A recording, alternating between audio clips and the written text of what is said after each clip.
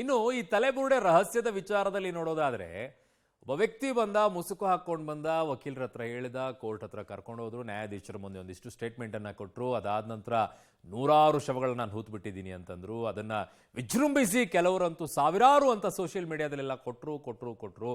ಆದರೆ ಈ ಅನಾಮಿಕ, ಈ ಮುಸುಕುದಾರಿ ತೋರಿಸಿದಂತಹ 13 ಜಾಗಗಳಲ್ಲಿ, ಈಗ ಬಿಟ್ಬಿಡೋಣ, 11, 12, 13 ಇನ್ನೂ ಆಗಿಲ್ಲ, 11 ಜಾಗಗಳಲ್ಲಿ ಬಾಡಿನೇ ಸಿಗಲಿಲ್ಲ. 6ನೇ ಜಾಗದಲ್ಲಿ ಒಂದು ಸಿಕ್ತು. ಅದು 40 ವರ್ಷಗಳ ಹಿಂದಿದ್ದು ಅಂತ ತಜ್ಞರು ಹೇಳ್ತಾ ಇದ್ದಾರೆ. ಕಾರಣ ಮೂಳೆಗಳ ಮೇಲೆ ಗೊತ್ತಾಗ್ಬಿಡುತ್ತೆ ಎಷ್ಟು ವರ್ಷದ ಹಿಂದಿದ್ದು ಅಂತ ಹೇಳಿ. ಈಗ 11ನೇ ಜಾಗದಲ್ಲಿ ಏನಾದ್ರು ಸಿಕ್ತಾ? 12ನೇ ಜಾಗ ಏನಾಗಿದೆ? ಡೀಟೇಲ್ಸ್ ಇಲ್ಲಿದೆ. ಧರ್ಮಸ್ಥಳದಲ್ಲಿ ಆಪರೇಷನ್ ಅಸ್ಥಿ ಪಂಜರ. ಪಾಯಿಂಟ್ 11ರಲ್ಲೂ ಸಿಗದ ಕಳೆಬರ ಸಾಕ್ಷ್ಯ. 6 ಅಡಿ ಅಗೆದರೂ ಸಿಗಲಿಲ್ಲ ಅಸ್ಥಿ ಪಂಜರ. ಧರ್ಮಸ್ಥಳದಲ್ಲಿ ಆಪರೇಷನ್ ಅಸ್ಥಿ ಪಂಜರ ಮುಂದುವರೆದಿದೆ. ಅನಾಮಿಕ ಗುರುತಿಸಿದ ಪಾಯಿಂಟ್ 11ರಲ್ಲಿ ಯಾವುದೇ ಕುರುಹು ಸಿಕ್ಕಿಲ್ಲ. 6 ಅಡಿ ಆಳದವರೆಗೂ ಕೂಡ ಅಗೆದರೂ ಅಸ್ಥಿ ಪಂಜರ ಸಿಕ್ಕಿಲ್ಲ. ಕಾರ್ಮಿಕರನ್ನ ಬಳಸಿ 6 ಅಡಿಗಳವರೆಗೂ ಕೂಡ ಗುಂಡಿ ತೆಗೆಯಲಾಗಿದೆ. ಆದರೆ ಯಾವುದೇ ಸಾಕ್ಷ್ಯ ಸಿಗದ ಹಿನ್ನೆಲೆಯಲ್ಲಿ ಸತತ 2.5 ಗಂಟೆಗಳ ಕಾಲ ನಡೆದ ಪಾಯಿಂಟ್ 11ರ ಉತ್ಖನನದ ಪ್ರಕ್ರಿಯೆಯನ್ನ ಅಂತ್ಯಗೊಳಿಸಲಾಗಿದೆ. ಧರ್ಮಸ್ಥಳದಲ್ಲಿ ಶವ ಹೂತಿಟ್ಟ ಪ್ರಕರಣದ 7ನೇ ದಿನದ ಉತ್ಖನನ ಕಾರ್ಯ ಇವತ್ತು ನಡೆದಿತ್ತು. ಪಾಯಿಂಟ್ ನಂಬರ್ 11ರಲ್ಲಿ ಬೆಳಗ್ಗಿನಿಂದಲೇ ಇವತ್ತು ಉತ್ಖನನ ಕಾರ್ಯವನ್ನು ನಡೆಸಲಾಗಿತ್ತು. ಸುಮಾರು 15 ಮಂದಿ ಕಾರ್ಮಿಕರು 2.5 ಗಂಟೆಗಳ ಕಾಲ ನಿರಂತರವಾಗಿ ಉತ್ಖನನ ಮಾಡುವುದರ ಮೂಲಕ ಸುಮಾರು 6 ಅಡಿ ಆಳಕ್ಕೆ ಹೋಗಿದ್ರು. ಆದರೆ 6 ಅಡಿ ಆಳದಲ್ಲೂ ಯಾವುದೇ ರೀತಿಯಾದಂಥ ಕಳೆಬರಗಳು ಪತ್ತೆ ಆಗದ ಹಿನ್ನೆಲೆಯಲ್ಲಿ ಆ ಬಳಿಕ ಇಡೀ ಗುಂಡಿಯನ್ನು ಮುಚ್ಚುವಂತ ಕೆಲಸ ಮಾಡಲಾಗಿದೆ. ಈ ಮೂಲಕ ಪಾಯಿಂಟ್ ನಂಬರ್ 11ರ ಉತ್ಖನನ ಕಾರ್ಯವನ್ನ ಅಂತ್ಯಗೊಳಿಸಲಾಗಿತ್ತು. ದೂರುದಾರ ತೋರಿಸಿದ ಪಾಯಿಂಟ್ಗಳೆಲ್ಲ ಖಾಲಿ. ಸ್ಥಳ ಗುರುತಿಸಿದ ದೂರುದಾರನಿಗೂ ಗೊಂದಲ, ಎಸ್ಐಟಿ ಹಾಗೂ ಸಹಾಯಕ ಆಯುಕ್ತೆಗೂ ಗೊಂದಲ. ಧರ್ಮಸ್ಥಳ ಗ್ರಾಮದಲ್ಲಿ ಶವಗಳನ್ನ ಹೊತ್ತಿಟ್ಟ ಪ್ರಕರಣ ಗೊಂದಲದಲ್ಲಿಯೇ ಇದ್ದು ಉತ್ಖನನದ ಕಾರ್ಯ ಗೊಂದಲದಿಂದಲೇ ನಡೀತಾ ಇದೆ. ಅನಾಮಿಕ ದೂರುದಾರ ತೋರಿಸಿದಂತಹ ಎಲ್ಲಾ ಪಾಯಿಂಟ್ಗಳನ್ನ ಉತ್ಖನನ ನಡೆಸಿರುವ ತಂಡಕ್ಕೆ ಏನೂ ಸಿಗದೆ ಎಲ್ಲವೂ ಕೂಡ ಖಾಲಿಯಾಗಿದೆ. 1ರಿಂದ 5ನೇ ಪಾಯಿಂಟ್ವರೆಗೂ ಕೂಡ ಏನೂ ಸಿಗಲಿಲ್ಲ. 6ನೇ ಪಾಯಿಂಟ್ನಲ್ಲಿ ಕಳೆಬರ ಸಿಕ್ಕಿತ್ತು. ಆದರೆ ಅದು ಆತ ಹೇಳಿದ 20 ವರ್ಷಕ್ಕಿಂತಲೂ ಕೂಡ ಹಳೆಯದ್ದು ಅನ್ನೋದು ಬೆಳಕಿಗೆ ಬಂದಿದೆ. ನಿನ್ನೆ 11ನೇ ಪಾಯಿಂಟ್ ಅಗಿಯುವ ಬದಲು ಅರಣ್ಯದೊಳಗೆ ಬೇರೆ ಪಾಯಿಂಟ್ಗೆ ಕರೆದುಕೊಂಡು ಹೋದ ಅನಾಮಿಕ ಅಲ್ಲಿ ಮರಕ್ಕೆ ನೇಣು ಬಿಗಿದು ಆತ್ಮಹತ್ಯೆ ಮಾಡಿಕೊಂಡಿದ್ದ ಪುರುಷನ ಅಸ್ಥಿಪಂಜರದ ಅವಶೇಷಗಳನ್ನು ತೋರಿಸಿದ. ಸುಮಾರು 1 ವರ್ಷದ ಹಿಂದೆ ಆತ್ಮಹತ್ಯೆ ಮಾಡಿಕೊಂಡಿದ್ದು ಆತ್ಮಹತ್ಯೆಗೆ ಬಳಸಿದ ಕೆಂಪು ಸೀರೆ ಮರದಲ್ಲಿ ಪತ್ತೆಯಾಗಿದೆ. ಇನ್ನು ಹಾನಿಯಾಗದ ಒಂದು ತಲೆಬುರುಡೆ, ಒಂದು ಬೆನ್ನು ಮೂಳೆ, 140ಕ್ಕೂ ಹೆಚ್ಚು ಪೀಸ್ ಆದ ಕಳೆಬರ ಪತ್ತೆಯಾಗಿದೆ. ಹೀಗಾಗಿ ಅನಾಮಿಕ ವ್ಯಕ್ತಿ ಹೂತಿಟ್ಟಿದ್ದೇನೆ ಎಂದಿದ್ದ ಯಾವ ಕಡೆಯೂ ಕೂಡ ಕಳೆಬರ ಪತ್ತೆಯಾಗದೆ ಆತ ಇನ್ನೂ ಕೂಡ ಗೊಂದಲದಲ್ಲಿಯೇ ಇದ್ದಾನೆ. ಅನಾಮಿಕ ವ್ಯಕ್ತಿ ನಿನ್ನೆ ತೋರಿಸಿರುವಂತಹ 11ನೇ ಪಾಯಿಂಟ್ನ ಬದಲಾಗಿ ಅರಣ್ಯ ಭಾಗದ ಮಧ್ಯಭಾಗಕ್ಕೆ ತೆರಳಿರುವಂಥದ್ದು. ಅಲ್ಲಿ ತಾನು ಸಾಕಷ್ಟು ಶವಗಳನ್ನು ಹೂತಿಟ್ಟಿದ್ದೇನೆ ಅನ್ನುವಂಥದ್ದನ್ನು ಆತ ಹೇಳಿದ.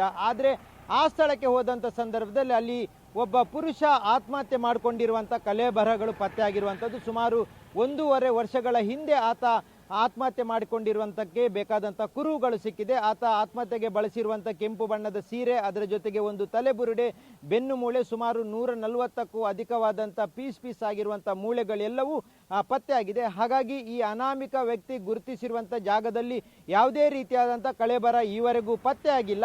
ಹೀಗಾಗಿ ಆತ ಇನ್ನೂ ಗೊಂದಲದಲ್ಲೇ ಇರುವಂಥದ್ದು ಸಾಕಷ್ಟು ದಿನಗಳಿಂದ ಬೆಳಕಿಗೆ ಬರ್ತಾ ಇದೆ. ಈಗಲೂ ಅದೇ ರೀತಿಯಾದಂಥ ಅನುಮಾನ ಮತ್ತೆ ಬೆಳಕಿಗೆ ಬರ್ತಾ ಇದೆ. ಪಾಯಿಂಟ್ಗಳನ್ನ ಗುರುತಿಸಿರುವ ಅನಾಮಿಕ ಮುಸುಕುಧಾರಿಗೆ ಮಾತ್ರ ಗೊಂದಲವಿರೋದಲ್ಲ, ಅಧಿಕಾರಿಗಳಲ್ಲೂ ಕೂಡ ಗೊಂದಲದಲ್ಲಿಯೇ ಇದ್ದಾರೆ.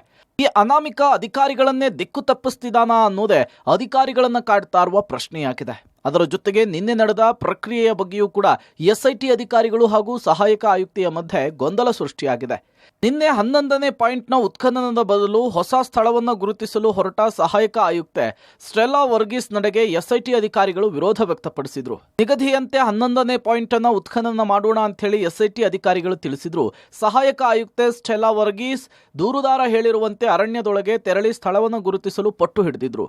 ಬಳಿಕ ಅರಣ್ಯದೊಳಗೆ ಹೋದಾಗ ಆತ್ಮಹತ್ಯೆ ಮಾಡಿಕೊಂಡ ರೀತಿಯಲ್ಲಿದ್ದ ಅಸ್ಥಿಪಂಜರ ಪತ್ತೆಯಾದಾಗ ಇದರ ಮಹಜರನ್ನ ನಾವು ಮಾಡೋದು ಬೇಡ, ಸ್ಥಳೀಯ ಧರ್ಮಸ್ಥಳ ಪೊಲೀಸರೇ ಬಂದು ಮಹಜರು ಮಾಡಲಿ, ನಮ್ಮ ಪ್ರಕರಣಕ್ಕೆ ಇದು ಸಂಬಂಧಪಟ್ಟಿಲ್ಲ ಅಂತ ಹೇಳಿ ಎಸ್ಐಟಿ ಅಧಿಕಾರಿಗಳು ಹೇಳಿದ್ರು.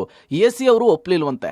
ಭೂಮಿಯ ಮೇಲ್ಭಾಗದಲ್ಲಿಯೇ ಸಿಕ್ಕಿರೋದ್ರಿಂದ ಯುಡಿಆರ್ ಕೇಸನ್ನ ಸ್ಥಳೀಯ ಪೊಲೀಸರೇ ನಿರ್ವಹಿಸಬೇಕಾಗಿರೋದು ಕಾನೂನಿನ ನಿಯಮ. ಜೊತೆಗೆ ಸಾವಿಗೆ ಕಾರಣ, ಆತನ ವಿಳಾಸದ ಪತ್ತೆಯೂ ಕೂಡ ಸ್ಥಳೀಯ ಪೊಲೀಸರೇ ಮಾಡಬೇಕಾಗುತ್ತೆ. ಮಾತ್ರವಲ್ಲ, ಈ ಅಸ್ಥಿಪಂಜರ 1 ವರ್ಷದೊಳಗಿನದ್ದು ಅನ್ನೋದನ್ನ ಸ್ಥಳದಲ್ಲಿಯೇ ವೈದ್ಯರು ಹೇಳಿದ್ರು. ಸಹಾಯಕ ಆಯುಕ್ತೆ ಯಾರ ಮಾತನ್ನು ಕೂಡ ಕೇಳಲಿಲ್ಲ. ಹೀಗಾಗಿ ಕೊನೆಗೆ ಸಹಾಯಕ ಆಯುಕ್ತೆ ಸ್ಟೆಲ್ಲಾ ವರ್ಗೀಸ್ ಸೂಚನೆಯಂತೆ ಆತ್ಮಹತ್ಯೆ ಮಾಡಿಕೊಂಡಂತಹ ವ್ಯಕ್ತಿಯ ಮಹಜರನ್ನ ನಡೆಸಲಾಗಿದೆ. ನಿಗದಿ ಆಗಿರುವಂತೆ 11ನೇ ಪಾಯಿಂಟ್ ಅನ್ನ ಉತ್ಖನನ ಮಾಡುವ ಅನ್ನುವಂಥ ಹಿನ್ನೆಲೆಯಲ್ಲಿ SIT ಅಧಿಕಾರಿಗಳು ತಯಾರಿಗಳನ್ನು ನಡೆಸಿದ್ರು.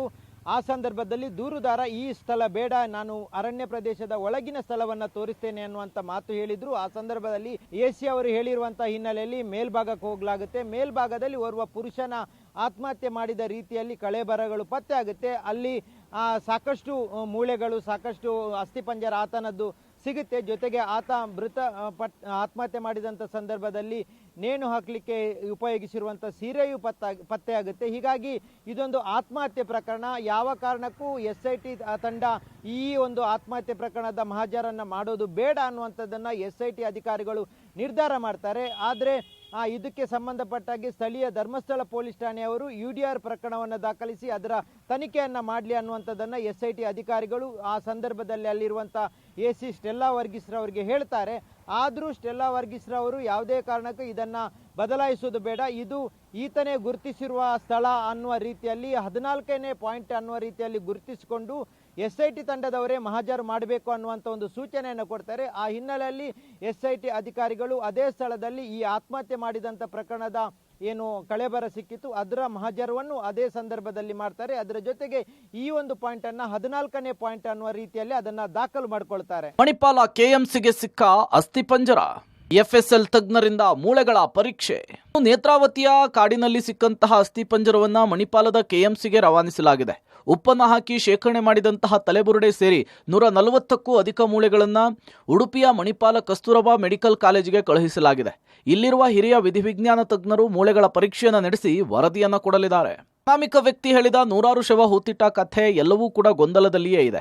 ಕನಿಷ್ಠ ಪಕ್ಷ ಆತ ಹೇಳಿದ 13 ಕಡೆಗಳ ಪೈಕಿ ಒಂದಷ್ಟು ಕಡೆಗಳಲ್ಲಾದರೂ ಕಳೆಬರ ಸಿಕ್ಕಿದ್ರೆ ಆತನ ಆರೋಪಕ್ಕೆ ಪುಷ್ಟಿ ಸಿಕ್ತಿತ್ತು. ಜೊತೆಗೆ ಇಷ್ಟೆಲ್ಲ ಉತ್ಖನನ ನಡೆಸಿದ್ರೂ ಕೂಡ ಏನೂ ಸಿಗದಿದ್ರೂ ಅಧಿಕಾರಿಗಳು ಯಾಕೆ ಆತನ ಮಾತನ್ನ ಇನ್ನೂ ನಂಬ್ತಾ ಇದ್ದಾರೆ ಅನ್ನೋದೇ ಎಲ್ಲರಿಗೂ ಕಾಡ್ತಾ ಇರುವಂತಹ ಪ್ರಶ್ನೆ.